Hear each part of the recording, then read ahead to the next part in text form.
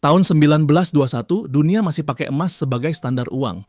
Tapi seorang industrialis, Henry Ford, pendiri Ford Motors, tiba-tiba mengusulkan ide yang terlalu maju untuk zamannya. Mengganti emas dengan mata uang berbasis energi. Yang mengejutkan, konsep yang ia bayangkan nyaris identik dengan Bitcoin yang lahir hampir 100 tahun kemudian. Saat itu Henry Ford melihat satu masalah besar dalam sistem global. Emas dikontrol oleh segelintir bankir dan negara besar. Dan karena bisa dikendalikan, emas jadi akar dari perang dan ketimpangan ekonomi. Dia bahkan bilang, kejahatan emas adalah karena ia bisa dikendalikan. Hancurkan kendali itu, maka perang akan berhenti. Solusinya, Henry Ford ingin membuat sistem moneter baru, di mana energi bukan logam yang menentukan nilai uang. Satu unit energi itu setara dengan satu unit nilai.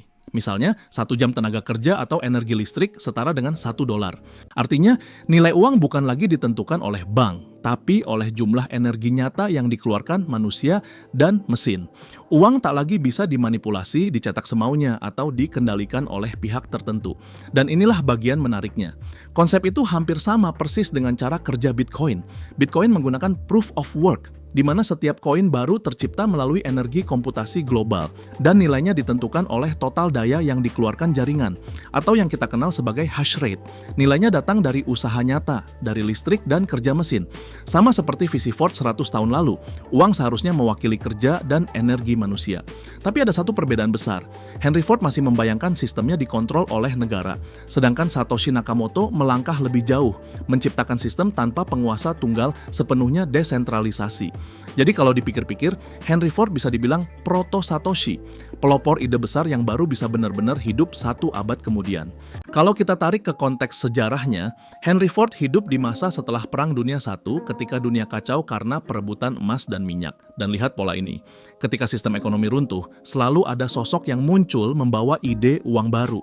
Sama seperti Satoshi yang menciptakan Bitcoin setelah krisis keuangan 2008 karena muak dengan sistem perbankan yang rusak.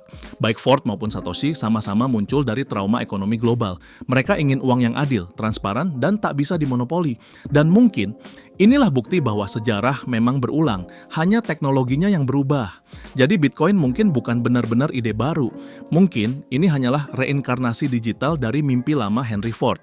Karena saat ini energy currency milik Ford benar-benar hidup di blockchain, di setiap blok yang ditambang lewat energi nyata di seluruh dunia.